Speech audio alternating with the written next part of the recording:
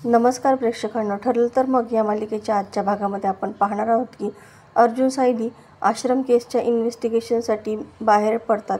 त्याच वेळेस कल्पना त्यांना थांबवते आणि कुठं निघालात असं विचारते. अर्जुन सांगतो की कामानिमित्त आम्ही बाहेर चाललो आहे. तेव्हा कल्पना म्हणते की तुला जिकडे जायचं तिकडे जाऊ देत, पण हिला हिच्या जबाबदाऱ्या सोडून जाता येणार नाही आहे. मी पाहते की ही फक्त आळशीपणा करत आहे. सायलीला खूप आश्चर्य वाटतं. म्हणजे मी पूर्वीसारखी सगळी कामं करायची, सगळ्यांचा नाश्ता करायचा, स्वयंपाक पाणी करायचं, असंच का? तेव्हा कल्पना हो असं म्हणते. सायलीला खूप आनंद होतो आणि ती चक्क आनंदाने कल्पनाला मिठीच मारते आणि थँक्यू आई असं म्हणते. अर्जुन म्हणतो की ही सगळी तन्वीची कमाल आहे. आईला स्वप्नामध्ये उपमा दिसला असेल तिने बनवलेला आणि तो देखील उपमा उपमा असं ओरडत असेल आणि त्याच्यामुळेच आईने हा निर्णय घेतला आहे की हिच्या हातचं काहीच खायला नको. निदान सगळेजण पोटभर तरी जेवतील. हिला साधा पापडसुद्धा फ्राय करू द्यायचा नाही. कल्पना रागातच अर्जुनला ओरडते आणि गप्प बस असं म्हणते. सायली देखील प्रियाचे आभार मानते. हा विचार तुझ्या मनामध्येच आला असणार. आईंच्या मनामध्ये हा विचार येणं शक्यच नाही, कारण मला माहिती तुझं डोकं कसं चालतं आणि कसं नाही. तेव्हा आता प्रिया मनामध्येच विचार करते की एखाद्याला स्वयंपाक करायला मिळतोय म्हणून इतकं कोण उत्साही असू शकतं का? बावळट कुठली. आता अर्जुन आणि सायली दोघं बोलत असताना गुपचूप प्रिया त्यांचं बोलणं ऐकते आणि मनातच विचार करते की चौकशीसाठी जाणार म्हणजे हे नेमके कुठं जाणार आहेत. तेव्हा अर्जुन तिला टोमणा मारतो. तुझं नवीन लग्न झालंय ना, मग तुझ्या नवऱ्यासोबत रोमांस कर ना. आमचा रोमांस कशाला ऐकतेस गुपचूप गुपचूप. तेव्हा तन्वी म्हणते की मी असं काहीच करत नव्हते. सायली म्हणते हो ना, चल आता आपण दोघी मिळून स्वयंपाक करूयात. कसंही तुला पण पुढं पुढं करायला आवडतंच ना. ती बळचच तिला हाताला धरून किचनमध्ये स्वयंपाकासाठी घेऊन जाते. इकडे रविराजला जेव्हा कळतं की अश्विनचं आणि तन्वीचं लग्न झाले, त्याला खूपच मोठा धक्का बसतो. तो रागातच म्हणतो की डोकी फिरली आहेत का तुमची. तेव्हा नागराज म्हणतो की आता तन्वीने डायरेक्ट लग्नच केलं म्हटल्यानंतर आम्ही तरी काय करणार होतो. रविराज म्हणतो म्हणजे तुम्ही कोणीही लग्नामध्ये उपस्थित नव्हता का? काय गं प्रतिमा, काय विचारतोय मी. तेव्हा प्रतिमा मात्र काहीच बोलत नाही. तुम्ही या लग्नाला परवानगी देणार नाही म्हणूनच ही गोष्ट तुमच्यापासून लपवून ठेवली आणि पूर्णाईंनीसुद्धा मला तशी गळ घातली होती. आता रविराज खूपच चिडतो आणि त्या सुभेदारांना आणि त्या अश्विन सुभेदारांनासुद्धा मला उत्तर द्यावंच लागेल. त्यांना जाऊन आत्ताच्या आत्ता जाब विचारतो असं म्हणून तो रागातच तिथून निघून जातो.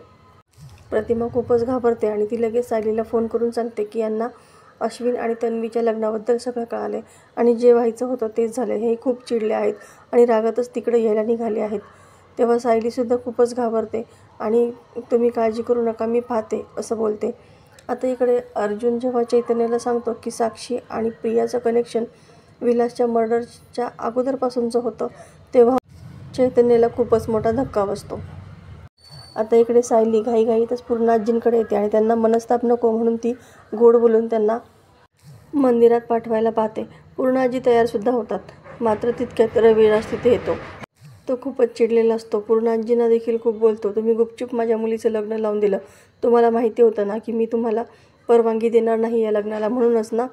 तेव्हा आता पूर्णाजी कल्पना त्याला समजावण्याचा प्रयत्न करतात, पण तो मात्र समजण्याच्या मनस्थितीमध्येच नसतो. तितक्यात प्रिया तिथं येते आणि प्लीज बाबा तुम्ही यांना काहीच बोलू नका. लग्न करण्याचा निर्णय हा सर्वस्वी माझा होता आणि यामध्ये माझ्या घरच्यांनी फक्त साथ दिलेली आहे, बाकी या पलीकडे काहीच नाही. आता रविराज म्हणतो तू तर बोलूच नकोस गं. तू तर तुझ्या बापालासुद्धा पर्क करून टाकला आहेस. एवढी मोठी गोष्ट तुला मला सांगावीशीसुद्धा वाटली नाही. बाकीच्यांकडून मी काय अपेक्षा करणार. तितक्यात अश्विन तिथे येतो आणि रविराज चक्क त्याची गळचंडीच पकडतो. माझ्या मुलीला फसवलं आहेस तू, गुपचूप लग्न केलंस. अश्विन त्याची माफी मागतो, मात्र रविराज त्याला काही माफ करत नाही, उलट आणखीनच चिडतो. सायली मधी पडते आणि प्लीज तुम्ही रागावू नका. आता जी गोष्ट झाली आहे त्याच्याबद्दल चर्चा करण्यात काहीतरी अर्थ आहे का?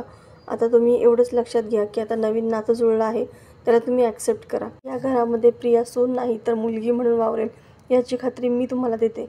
अश्विनसुद्धा हात जोडून म्हणतो की प्लीज आमचं लग्न मान्य करा आणि आम्हाला मोठ्या मनाने आशीर्वाद द्या. रविराज म्हणतो की फसवणुकीच्या विश्वासघाताच्या बदल्यामध्ये आशीर्वाद हा कुठला न्याय झाला.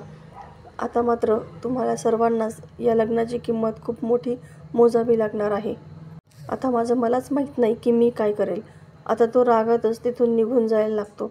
तेव्हा प्रिया त्याला थांबवण्याचा प्रयत्न करते, मात्र रविराज रागावूनच तिला म्हणतो की तू तर शांतच बस, तुझ्यासाठी तुझा बाप आजपासून मेला आहे, असं म्हणून तो रागातच तिथून निघून जातो. आता सायली घाईघाईतच त्यांच्या पाठीमागे पळत जाते. पूर्ण आजीला इकडे त्रास होऊ लागतो. सायली त्यांना थांबवण्याचा खूप प्रयत्न करते, पण रविराज काही ऐकून घेत नाही आणि प्रतिमाला घेऊन तिथून निघून जातो.